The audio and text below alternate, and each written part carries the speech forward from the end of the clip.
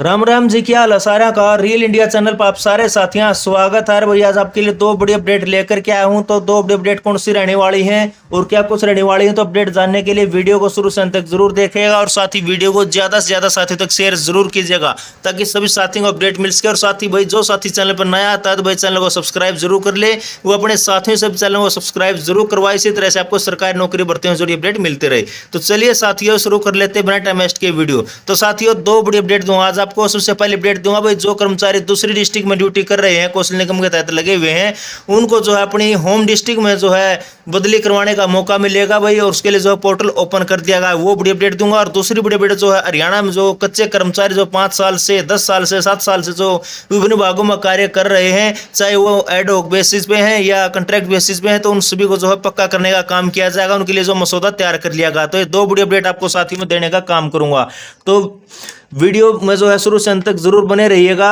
तो सबसे पहले बात कर लेते हैं भाई कर्मचारियों के तबादले को लेकर के। तो अब HKRN कर्मचारी भी अपने गृह जिले में करवा सकेंगे तबादला। हरियाणा कौशल रोजगार निगम ने लिंक ओपन किया, कर सकेंगे अपील।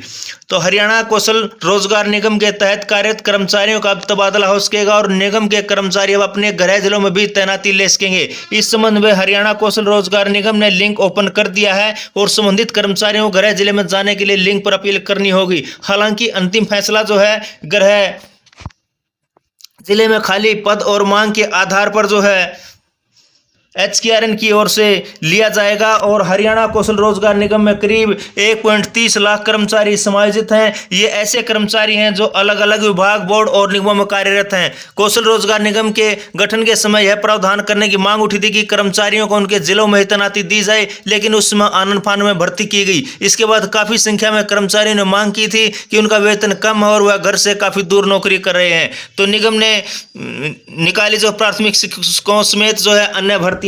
तो हरियाणा कौशल रोजगार निगम ने 9 जिले में प्राथमिक अध्यापक समेत अन्य पदों पर भर्तियां निकाली हैं। हालांकि पिछले दिनों में भी जो HKRN के जरिए शिक्षकों की भर्ती की गई थी, लेकिन लोकसभा चुनाव के चलते आदर्श आचार संहिता लगने से जो है शिक्षकों को नियुक्ति नहीं मिल पाई थी। अब शिक्षकों को नियुक्ति देने का काम जो है जारी है और फिलहाल HKRN के जरिए 9000 शिक्षकों की भर्ती का लक्ष्य रखा गया है, जिसके चलते 9 में प्राइमरी टीचर की भर्ती प्रक्रिया शुरू की गई है। आगामी 28 जून तक आवेदन का मौका दिया गया है। तो इसके अलावा अंबाला, चंडीगढ़, पंचकुला, रोहतक, गुड़गांव के लिए जो है अकाउंटेंट, भिवानी फरीदाबाद के लिए असिस्टेंट अकाउंटेंट, पंचकुला के लिए असिस्टेंट जनरल मैनेजर अकाउंटेंट और फरीदाबाद के लिए junior project assistant, Ambala, Chandigarh, Faridabad, Kaithal, Panchkula और सोनीपत के लिए लीग असिस्टेंट, पलवल के लिए प्रोग्रामर, करनाल के लिए शिफ्ट अटेंडेंट, चंडीगढ़ और पंचकुला के लिए सुपरवाइजर IT व टेक्निकल असिस्टेंट के पदों पर जो है 28 जून तक जो है आवेदन का मौका है। तो अब दूसरी बड़ी बात कर लेते हैं अपडेट को लेकर के। भाई कर्मचारियों को पक्का करने के लिए जो अपडेट आई है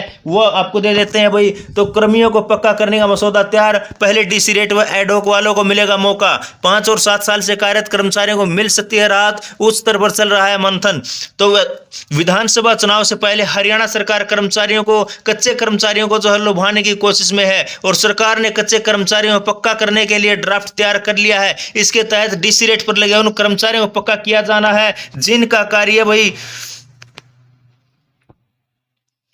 संतोषजनक है और जो स्वीकृत पद के मुकाबले लगे हुए हैं। तो अभी जो यह तय नहीं कर पाई है सरकार कि इस दायरे में 5 साल से कार्यरत कर्मचारियों को लिया जाए या 7 साल से काम कर रहे कर्मचारियों को लिया जाए। तो इसको लेकर के जो हाई लेवल जो है मंथन चल रहा है और संभावना है कि सरकार जल्द ही जो है इस मसौदे को तैयार करके कच्चे कर्मचारियों के लिए पक्का करने की पॉलिसी जारी कर सकती है। बता दें कि इससे पहले हरियाणा सरकार कच्चे कर्मचारियों और पक्के कर्मचारियों के संबंध में सभी विभागाध्यक्षों से पूरी जानकारी हासिल कर चुकी है और मुख्य सचिव ने पिछले माह ही सभी से खाली और भरे हुए पदों को लेकर के जो है ब्यौरा मांगा है और बकायदा ग्रुप D व C के कच्चे कर्मचारियों जिसमें DC रेट एडहॉक पॉलिसीज 2 के तहत लगे अनुबंधित कर्मचारियों का ब्यौरा तैयार कर लिया है। तो सरकार की मंशा है कि शुरुआत में DC रेट और एडहॉक पर लगे कर्मचारियों को पक्का करने का मौका दिया जाए। इसके बाद अन्य श्रेणी के कर्मचारियों के बारे में विचार होगा, क्योंकि हरियाणा में अलग अलग आउटसोर्सिंग पॉलिसी के तहत अनुबंध के आधार पर कर्मचारियों की भर्ती हुई है। CMO के एक अधिकारी ने बताया कि मसौदे को अंतिम रूप देने के लिए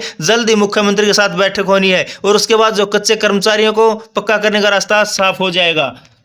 तो 1.8 लाख से अधिक पद है खाली। प्रदेश में कुल स्वीकृत 4.50 लाख पदों के मुकाबले लगभग 2.70 लाख नियमित कर्मचारी जो है कार्यरत हैं और अलग अलग विभागों, निगमों और बोर्डों में 1.8 लाख पद खाली हैं। तो इनमें ग्रुप डी और सी के सबसे अधिक पद खाली हैं और प्रदेश में अनुबंध के आधार पर लगाए गए 1.25 लाख कर्मचारी तैनात हैं। लगभग 1.5 लाख ठेके के कर्मचारियों को कौशल रोजगार निगम में समायोजित किया गया है। वहीं अनुबंध के आधार पर काम करने वाले 14,000 से अधिक अतिथि शिक्षक भी जो है विभाग में जो है शिक्षा विभाग में काम कर रहे हैं।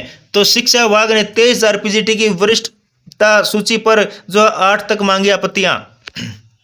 तो शिक्षा विभाग ने 23,000 पीजीटी की वरिष्ठता सूची पर आपत्तियां मांगी हैं और विभाग ने जो है रविवार को वेबसाइट पर 23,000 पीजीटी की सूची अपलोड कर दी है। तो साथ ही सभी जिला शिक्षा अधिकारियों के साथ प्राचार्य को निर्देश दिए गए हैं कि 8 जुलाई तक सभी आपत्तियां व दावे मुख्यालय भेजें और उसके बाद जो है सूची को अंतिम रूप दिया जाएगा। तो विभाग की ओर से 8 जुलाई 2019 की स्थिति के अनुसार पीजीटी की वरिष्ठता सूची जो है संशोधन के तौर पर प्रकाशित किया और वरिष्ठता सूची में उनकी वरिष्ठता गलत निर्धारण और सुधार के संबंध में जो पीजीटी से आवेदन प्राप्त थे, लेकिन उनमें से कुछ मामले अदालतों में लंबित थे। तो वरिष्ठता सूची वेबसाइट पर की अपलोड। तो वर्ष 2003 और 2004 में टीजीटी के पद से पीजीटी में पदोन्नत किया गया था और उनके कैडर यानी टीजीटी की वरिष्ठता सूची के अनुसार या उनकी पदोन्नति की तारीख लंबित प्रतिनिधित्व के साथ ठीक कर दिया गया है। तो अब विभाग की ओर से अस्थायी संशोधित वरिष्ठता सूची को वेबसाइट पर अपलोड किया गया है और पीजीटी 2003 की नीति के तहत जो है उनकी जन्मतिथि गलत तरीके से तय की गई थी और पीजीटी से संबंधित आपत्तियां व दावे